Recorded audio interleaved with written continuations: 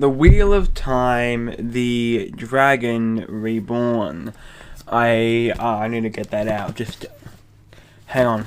Wait a moment. Ah! The Dragon Reborn. Here we go. Definitely my most battered out of the three books. And there's a reason for that, which I will get into. I have read the first two Wheel of Time books, of course. This is my third one, and also my third review. I have reviews up for the other two books. Check them out if you have not seen them yet, or don't. That's perfectly fine as well. My thoughts on this book, though, are a bit more complicated than the other two. I'll preface this by saying I have not fallen in love with the Wheel of Time series yet, like many others have, even after this book. Actually, especially after this book. And don't click off to think that I'm going to hate on it, because I'm not. It's just this series hasn't clicked with me, the characters haven't clicked with me the way, for example, Stormlight Archive characters have in the past. And I don't know if that's Jordan's writing style, it's just it takes a long time for things to happen. But I don't think that is, because I love The Name of the Wind, and that's a very slow-paced book. So I'm not sure. But the bottom line with this is that even after this book, I like the series, but I'm not super invested, but I like it enough to continue. And I've heard that the next one, which I think is called What Shadows Rising, expands on the world a lot more, is a lot more politically based, a bit like Dune, and I'm very excited to read that. But we're not talking about that today. We're talking about The Dragon Reborn. There we go, there's the cover. And I'm looking at my notes here. This is my least favourite out of the three that I have read. Although it has by far my favourite ending out of any of the stories. I don't think that this video will be as in-depth as some of the other Wheel of Time videos that I've done. This will not be a half an hour long review because I won't be going into an enormous amount of detail. Part of the reason because of that is because this took me quite a while to read, and I will explain that now. This book starts off quite well. I actually really enjoyed the beginning. You have Perrin with Rand and Min as well, who you don't see for the rest of the book, and they're all gathered together, and Rand has proclaimed himself the Dragon Reborn in the last book, and so things are starting to happen, which is really cool. There are a lot of clearly ramifications across the world with the dragon being now announced, and Baalzamon, or the Dark One, is now trying to go after Rand, and I'll get to that if you realise what I just said about Baalzamon. Baalzamon, right? These names. But that's really cool. I enjoyed the beginning, and they get attacked, and Perrin goes full wolf mode, and he goes ballistic. That was really enjoyable. But then the party splits. And it's good at first.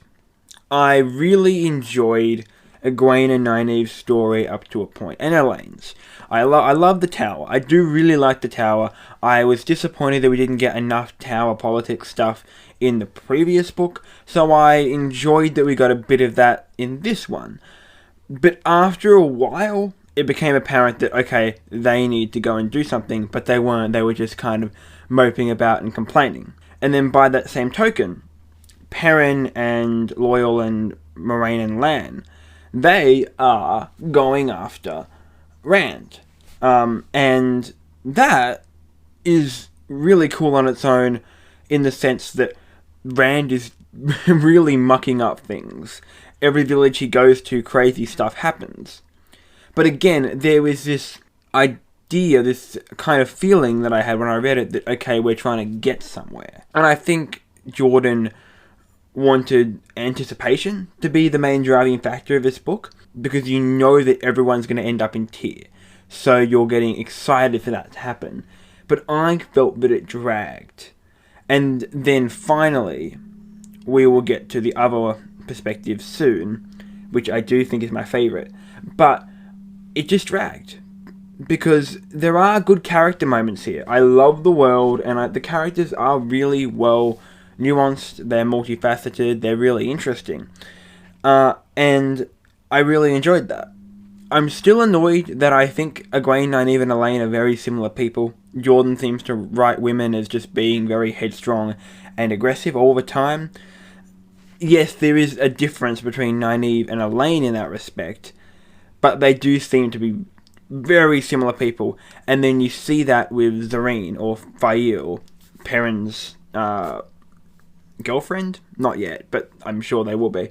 And that is something that I'm noticing. It's not a big deal, but it is a trend that I've talked about in my other reviews, and that continues in this book.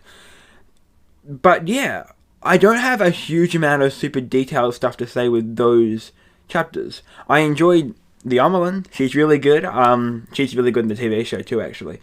But she says a lot of fishing metaphors. A lot of fishing metaphors. It's a little excessive. And similes as well, it's a lot. But I still enjoyed Nynaeve and Egwene stuff. And I still enjoyed the stuff with Perrin. Especially when he freed the Aiel. That was my favourite Perrin chapter. It felt very important to his character, and it felt like it's going to have important consequences for later on in the series. But there is one perspective that I pretty much enjoyed all throughout, although it did suffer a little bit from the same problems as the other ones, and that is Mat's. I didn't like Mat in the first book. Didn't like Mat much in book 2 either. But in this book, he is a very different character. He's not basically drugged this time. He doesn't have the dagger. And so he is just vibing. He's vibing. That's the best word I can use. He has his luck for some reason, because of some sort of Manethering kind of reincarnation thing that I don't understand. I don't think I'm supposed to understand yet. But he has this random luck. And the fact that he doesn't take things as seriously as any of the others or understand things means that he's just kind of doing his thing. He's doing his thing. And I really enjoy that. He has to take a letter from Elaine to Morgase, the Queen, and he meets into Tom Merrilin, which I love. Tom's a great character. I haven't seen Tom since book 1, so seeing Tom again was wonderful. And not only are we seeing Tom, we're seeing Tom with Mat, and they have such a great dynamic. I do think that their story also suffers, again, from this same, we're going to get to tier. I know you guys are going to get to tier because we all need to get you together for the calendar moment with the sword.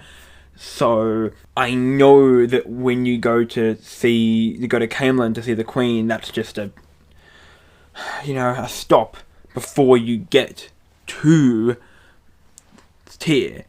And that did annoy me as well. So the pacing, I always talk about pacing. People make fun of me for it, like my friends and family. But this is important. Pacing is important. And I feel like this book had very poor pacing. That's subjective. This is completely subjective. I know people that love this book and think that the fact that it's all leading up to the tier fight makes it really worth it. But I felt that it was just dragging its heels. But the actual tier fight itself is by far the best climax I've read so far. The book 1 climax was pretty rubbish. I'm not going to lie. Jordan has talked about he didn't really have the magic completely down at that point, and you can tell you don't understand what Rand's doing. It's really bizarre. At least on a first read, you don't know what's going on, which is not great. The second book has a much better climax. There is the stuff with this Sean Chan, and you've got is it Ingtar? I think it's Ingtar. Betraying them, but then deciding to help them in the end. You got Rand and Balsamon fighting in the sky. It's really cool. I'm not going to lie to you. It's a really cool ending. But this book had by far the best ending. And I kind of want to say that it is as good as it is because of all the lead up. I didn't mention earlier, but the meeting of the Aiel with Perrin, but also Nynaeve and Egwene and Elaine, they meet some Aiel men and women. Is it Aiel just a term for them as a whole? I think it is. And they come back at the end, and they're fighting, and they proclaim their complete fealty to the dragon. There's Perrin going after Zareen as a wolf with Hopper. That is really cool. There's Matt with Sandar trying to rescue the girls, but they don't really need his rescuing, but it's still funny. Although they are really rude to him. They're really rude to poor old Matt. I mean, yeah, he's a bit of a misogynist, but he comes, he saves them, more or less. He's gone through so much, and then because he says some things that are slightly misinformed because he doesn't understand the full ramifications of everything, and because he's a bit upset about them just completely clobbering this woman, one of the Aes Sedai, who's a evil person, a dark friend, one of the Black Aja, they completely just spifflicate him. And look, poor guy. I do feel for that. But that's really good. And finally, we have Moraine. Well, not finally, actually. It's a little bit more. But Moraine defeats Bael, the Forsaken. It's very quick, though. She kind of just goes, pew, fire magic, and then the flame thing, forgot what it's called, just completely obliterates him. It felt very quick, but I think that's the point. The whole flame stuff, has that been hinted before? Because I did feel like it came out of nowhere in this book, because Jordan needed to write a thing that could have a satisfying ending for this book, because it wasn't mentioned. Balefire is what it's called. Because the Balefire isn't mentioned before, and then in this book it's brought up a few times. I suppose you could say that Moraine learnt it in book 2 when she went on a little quest. Or was that in book 1? I don't know. She went on a little quest, I think in book 2. Maybe that's when she learnt it. I think this is the first time she uses it, when they are getting hunted in this book in Dragon Reborn. But regardless, she uses it on the Forsaken and he's done for. But then we've got this excellent scene where Rand is chasing down Ba'alzamon as he just completely turns reality into flames and all sorts of things trying to destroy him. It's incredibly cool. They go into the dream world. I really like that the dream world is used in the climax as well, because it's very important for even Egwene. Egwene uses it when she is going after that Black Aja. And I like how everything in this book that's important sort of comes back. It's really good payoff. This book has terrific payoff. But I don't know if we needed all this setup that we had. All the progress. The setup's good. The progress in the middle, though, could be shortened down a bit. But the bit when Rand defeats Ba'alzamon, who we kind of realise is not the Dark One, this is not the last battle, and holds Kalandor up and everyone proclaims him the Dragon Reborn. Great stuff. Really good, just classic fantasy stuff. And I really enjoyed that. I don't know how I feel about this book, because it became a bit of a chore to read it, which I feel really bad about. But it did. Really liked the beginning, got bogged down in the middle, adored the ending. So I'm not sure. At the moment, I'm sitting on 3 stars out of 5. Because I wanted to give it 2.5 to make it bang average. And then the ending happened. And I was tempted to make it to go to 4 stars. But I can't justify going 1.5 stars up just because an ending is incredible. So I think this is a 3-star book for me, which does not mean it's bad, but it does mean that it is not my favourite. I will continue to read the series, for sure. I do really like it. I just haven't fallen in love yet, which, you don't have to fall in love with every series. It doesn't have to be a favourite. But seeing as this series is 14 books, and it's some people's favourite series ever, definitely their favourite fantasy series, I feel like I should be liking it more. But maybe this is the first kind of sequence, the first 3 books of Wheel of Time. Maybe sequence 2, I will like better. But with that being said, my name is Jasper. This has been the Legends with Jasper YouTube channel. I hope you guys have enjoyed this video. I know I haven't posted in a long time. There are reasons for that. Mostly I'm just lazy. But, yeah. Have a good one. And I'll see you all later. Bye-bye.